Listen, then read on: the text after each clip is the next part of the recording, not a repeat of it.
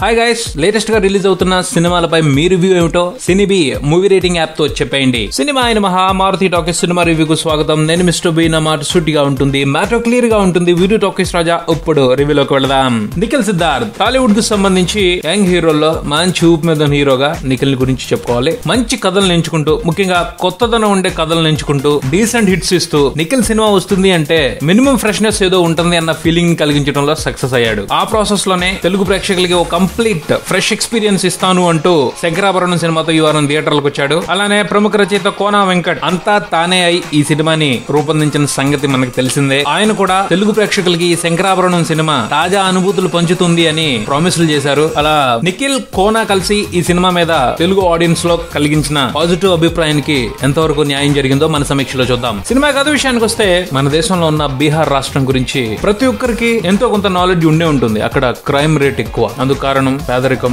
అభివృద్ధి లేకపోవడం. ఏదో ఒక నేరం చేసి డబ్బున్నోళ్ళని దోచుకోవటమే అక్కడ పెద్ద వ్యాపారం. బతకడం కోసం నేరాన్ని కూడా వృత్తిగా స్వీకరిస్తూ ఉంటారు. అందులో కిడ్నాపులు చేసే దందా చాలా పాపులర్. ఎవరి శక్తిని బట్టి వాళ్ళు, ఎవరి రేంజ్ ని బట్టి వాళ్ళు కిడ్నాపులు చేసి డబ్బులు సంపాదించుకుంటూ ఉంటారు. బీహార్ లో కిడ్నాపులు చేసే ముఠాలకి లెక్కే లేదు. ఒక అత్యవసర పరిస్థితిలో అమెరికా నుంచి బీహార్ వచ్చిన గౌతమ్ అక్కడి కిడ్నాపింగ్ ముఠాలకి హాట్ ప్రాపర్టీ అవుతాడు. సింపుల్ గా మొదలైన గౌతమ్ కిడ్నాప్ ఎపిసోడ్ ఆ తర్వాత బీహారీ ముఠాల మధ్య ఓ గేమ్ అవుతుంది. ఆ గేమ్ ఎలా నడిచింది, చివరికి ఎలా ఎండ్ అయింది అన్నదే ఈ సినిమా మిగిలిన కదా. సినిమా విశ్లేషణ విషయానికి వస్తే, రచయిత కోన వెంకట్ గారు ఈ శంకరాభరణం సినిమాని ఫసగైరే ఒబామా అనే హిందీ సినిమా దక్షిణాది రైట్స్ కొని అందులోని సెంటర్ పాయింట్ ని తీసుకుని తెలుగు నేటివిటీకి తగ్గట్టు కొన్ని చేంజెస్ చేసి రూపొందించామని ముందే చెప్పారు. కాబట్టి ముందు ఫసగైరే ఒబామా అనే సినిమా గురించి కొంచెం మాట్లాడుకుని ఆ తర్వాత శంకరాభరణం దగ్గరకు వద్దాం. ఫసగైరే ఒబామా సినిమాని రూపొందించింది అభిషేక్ కపూర్. చాలా బాగా తీశారు సినిమాని. ముఖ్యంగా బాగా రాశారు కథని. బీహార్ లో ఉన్న పరిస్థితుల్ని, అక్కడ కిడ్నాపింగ్ దందా మీద ఆయన ఆలోచింపచేస్తూనే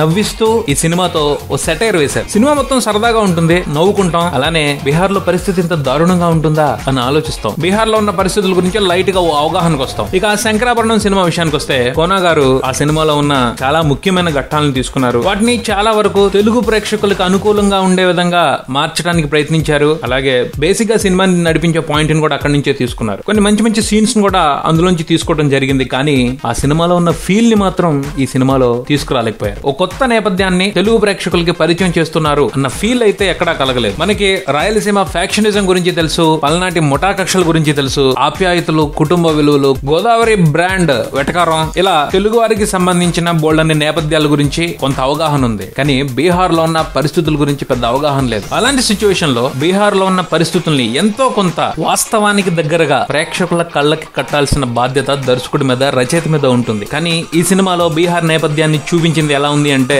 మనకి రెగ్యులర్ గా టచ్ లో ఉన్న ఫ్యాక్షన్ బ్యాక్ డ్రాప్ మాదిరిగానే సాగింది. దాని మూలంగా అక్కడ కిడ్నాప్ దందాల్లో ఉన్న మజాని తెలుగు ప్రేక్షకులు ఫ్రెష్ గా ఎంజాయ్ చేయడానికి అవకాశం లేకుండా పోయింది. అసలు ఈ సినిమాకి బ్యూటీయే కిడ్నాపుల దందా. దానిని ప్రత్యేకంగా చూపెట్టడంలో దర్శక రచయితలు ఫెయిల్ అయ్యారు. దాంతో ఈ శంకరాభరణం ఓ సరికొత్త ఎక్స్పీరియన్స్ ని కాకుండా ఓ మామూలు అనుభూతిని మాత్రమే ఇవ్వగలిగింది. ఈ విషయానికి సంబంధించి మేజర్ గా పొరపాటు కోన వెంకట్ గారిదనే చెప్పాలి. ఎందుకంటే ఆయనే ఈ కథని అడాప్ట్ చేసుకుని కొత్తగా తయారు చేశారు. ఎంచుకోవటానికైతే మంచి పాయింట్ ని ఎంచుకున్నారు. కానీ దానిని ఇక్కడి ఆడియన్స్ కి అనువుగా మార్చడానికే ఆయన ఫాలో అయిన విధానం రొటీన్ అయిపోయిందని మాట్లాడుకోవాలి. ఎక్కడికక్కడ ఆయన కొత్తగా చెప్పుకుంటూ వెళ్దామని కాకుండా, మరియు కొత్తదనం ఎక్కువైపోతే యాక్సెప్ట్ చేయరేమోనన్న అనుమానంతోనే ఎక్కువగా ఈ స్క్రిప్ట్ రాసినట్టు కనబడతా ఉంది. పాయింట్ లో ఉన్న ఫ్రెష్నెస్ కి కళ్ళాలు వేసేసి తెలుగు ఆడియన్స్ టేస్ట్ అంటూ రొటీన్ పేస్ట్ రాసేసి ఓ మామూలు రెగ్యులర్ సినిమాగానే ఈ సినిమాని తయారు చేసేశారు. ఒరిజినల్ లో కిడ్నాపింగ్ దందా మీద ఎక్కువ ఫోకస్ ఉంటుంది. కానీ కోన గారు ఫ్యామిలీ ఎమోషన్స్ కి సినిమాలో చాలా పెద్ద పిట్ట వేసేశారు. దాంతో క్రైమ్ కామెడీ సినిమా అలా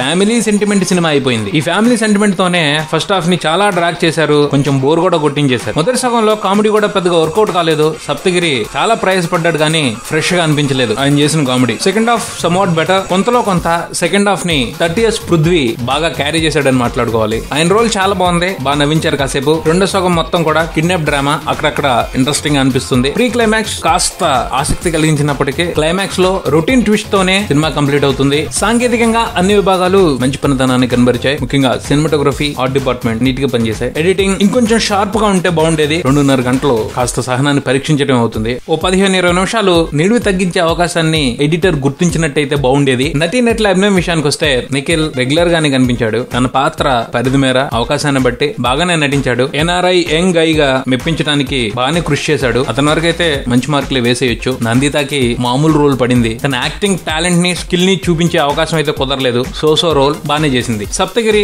తన రేంజ్ లో రెచ్చిపోయాడు, కాకపోతే ఇంకా బాగా రాసి ఉండాల్సింది. కష్టమైతే ఎక్కువ పడ్డాడు గానీ ఎక్కువ నవ్వించలేకపోయాడు. ఈ సినిమా వరకు బాగా ఇంప్రెస్ చేసింది అయితే 30 years పృథ్వీనే. ఈ సినిమా కూడా ఆయనకి మంచి పేరు తెచ్చేదే. చక్కగా నవ్వించారు. అంజలి గెస్ట్ రోల్ లో బాగా చేసింది. రావు రమేష్, సంపత్ రాజ్ సహా మిగతా నటీనటులందరూ వారి పాత్రలు తగ్గట్టు బాగానే చేశారు. మొత్తంగా ఈ శంకరాభరణం సినిమా గురించి చెప్పుకోవాలి అంటే కోనా గారు డిసప్పాయింట్ చేశారని మాట్లాడుకోవాలి. ఎందుకంటే క్రైమ్ కామెడీ సినిమా అని చెప్పి ఓ ఫ్యామిలీ సెంటిమెంట్ డ్రామా చూపెట్టారు. అది కూడా with less comedy and without feel. Sankarabharanam సినిమాకి సంబంధించి నేనిచ్చే రేటింగ్ ఏమిటో సినిబీ యాప్ లో చూసి తెలుసుకోగలరు. ఈ యాప్ గూగుల్ ప్లే స్టోర్ లోను, యాపిల్ యాప్ స్టోర్ లోను అవైలబిలిటీలో ఉంది. డౌన్లోడ్ చేసుకోండి. ఇది శంకరాభరణం సినిమాకి సంబంధించిన రివ్యూ. మరో రివ్యూతో మళ్ళీ కలుద్దాం. Subscribe and keep watching Maruthi Talkies. Swami mister B and Talkies Raja. Thank you.